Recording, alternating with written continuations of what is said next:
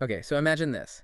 A sound that was, well, basically a mistake. Right. Like a piece of gear breaks down, makes this weird kind of raw noise, and then bam, that noise just changes rock music Yeah. forever. It's pretty wild when you think about it. Totally.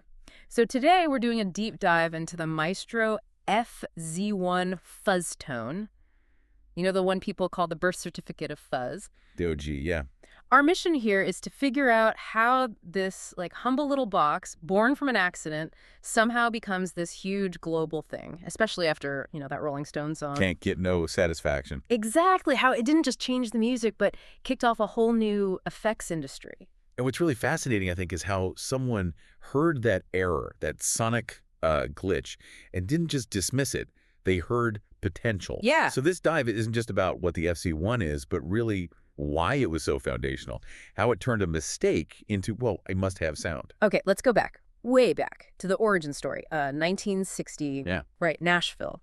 There's this session engineer, Glenn Snoddy, and the story goes he's recording a bass track. Mm-hmm. And the preamp in the console is faulty. It starts distorting the bass in this really unique, kind of gritty way. A sound nobody'd really aimed for before? Exactly. But instead of just fixing the console, Gibson, which is amazing foresight, really, they saw something there. They heard it. They heard it, and they actually hired Snoddy to recreate that specific sound, but, put it in a little box, a pedal. And that's the genius moment, isn't it? Recognizing value in mistake. I mean, back then, clarity was everything in recording. Distortion was usually bad news. Right, something to avoid. Yeah. So Gibson deciding to bottle this noise, it basically legitimized imperfection as like an artistic choice. It wasn't fixing a bug, it was embracing a feature. A happy accident becomes innovation. Precisely. And that laid all the groundwork for the Maestro FC1, which they released in '62 under their Maestro brand. It really shifted how people thought about guitar tone. Okay, so they decided to build this thing. Let's get into the nuts and bolts. What was actually inside the FZ1? How did it make that sound? Well, the core of it was a pretty simple circuit, actually. Just 3 transistors. 3 transistors. Okay. And the really early ones, the sort of iconic ones, used RCA 2N270 germanium transistors. Now, germanium, that's key. Why germanium? What did that do? Germanium transistors, they tend to sound warmer, maybe a bit smoother when they clip compared to later silicon ones. Yeah. They have this sort of almost compressed character naturally. Gotcha. And the controls, simple to use. Oh, incredibly simple. Yeah. Just 2 knobs. You had volume, which is just the output level, pretty straightforward.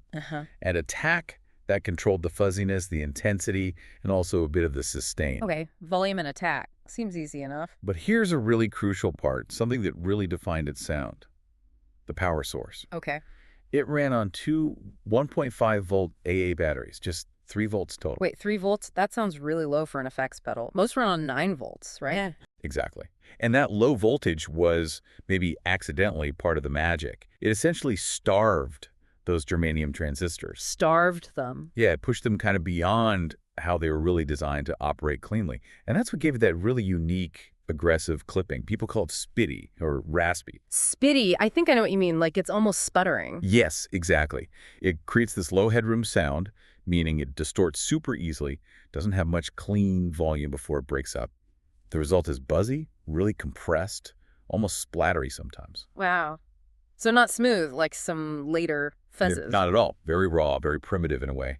But that was its appeal. Mm-hmm. And visually, it had that cool wedge shape, right? Brushed metal top, black sides. It looked like something from the space age.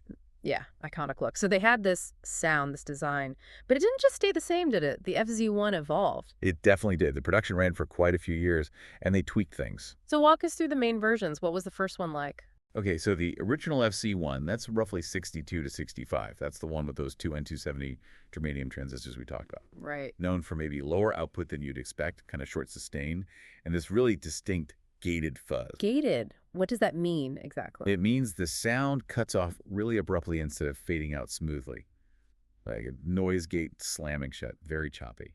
Interesting. And Gibson marketed it for more than just guitar. Yeah, early ads actually pushed it for adding new, exciting tones to bass and even brass instruments, too. They weren't just thinking guitar at first. Huh. Okay, so that's the FZ1. What came next? Next up was the FZ1A from about 65 to 68. They switched the transistors, still germanium, but different types, usually 2N, 2N614, or sometimes 2N, 2N2613. Did that change the sound much? Slightly different tone, maybe a little less gain overall, but the big change was the power. It went down to a single 1.5-volt battery. Even lower, 1.5 volts. Yeah, but it made the design maybe a bit more stable electronically. Still had that core raspy character, though. Okay, so FC1, then FZ1A. What was the last main variant? That would be the FC1B. From 68 up to the early 70s, maybe 71, this was a bigger shift. How so? They moved to silicon transistors, and they also went to a standard 9-volt battery, which was becoming more common. Ah, silicon. That usually means a brighter, maybe harsher sound. Generally, yeah. The FC1B was brighter, more stable, had more gain, maybe less of that quirky germanium character. Yeah. And it came in a different box, too, more compact. So 3 distinct flavors, really. It's cool how they kept iterating. But even with these changes, the original idea lived on, right? People still want that FZ1 sound today. Oh, absolutely. The legacy is huge. There have been reissues over the years trying to capture that magic. What the what? Well, Gibson themselves did a Maestro FZ1A reissue back in the 90s, aiming for that germanium vibe. Uh-huh. And just recently, in 2022, the new Maestro brand launched the Fuzztone FZM. It looks the part, but it's maybe more versatile, has classic and modern modes. So it pays homage but adds some new stuff. Exactly. Yeah. It shows the design is still relevant, still inspiring builders today. People are still chasing that original FZ1 grit. Okay, so we've got the origin, the tech, the evolution, but the FC1 needed that moment, right? The thing that launched it into the stratosphere. It absolutely did. And it had a bit of a slow burn initially. The Ventures actually used one really early on. Oh, yeah. Yeah, on a track called the 2,000-pound D Yeah. back in '62. So it was out there. People were experimenting. But that wasn't the big one. No, not the one that changed everything. That happened in 1965. Keith Richards, the Rolling Stones. I can't get no satisfaction. That opening riff, instantly recognizable. Totally iconic.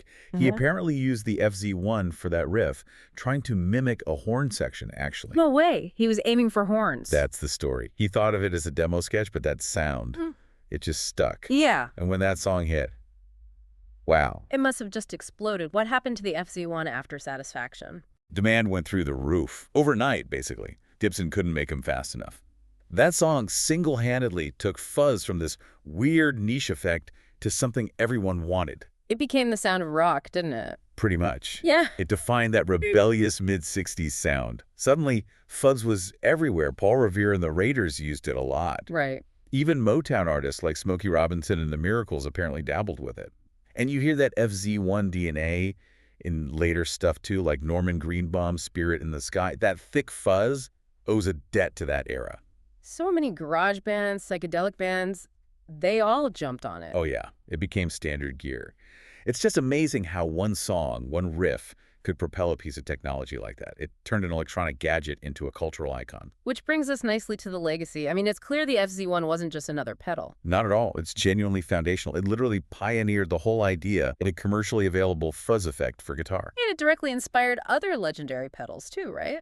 Absolutely. Think about the Dallas Arbiter fuzz face, the Sola Sound Tone Bender, iconic pedals in their own right. Their creators were definitely reacting to and building upon what the FZ1 started. And beyond pedals, it just changed the whole soundscape of rock music. Completely. Garage rock, psychedelia, early hard rock. So much of that owes its sonic texture to the fuzz introduced by the FZ1. It made distortion not just acceptable, but desirable.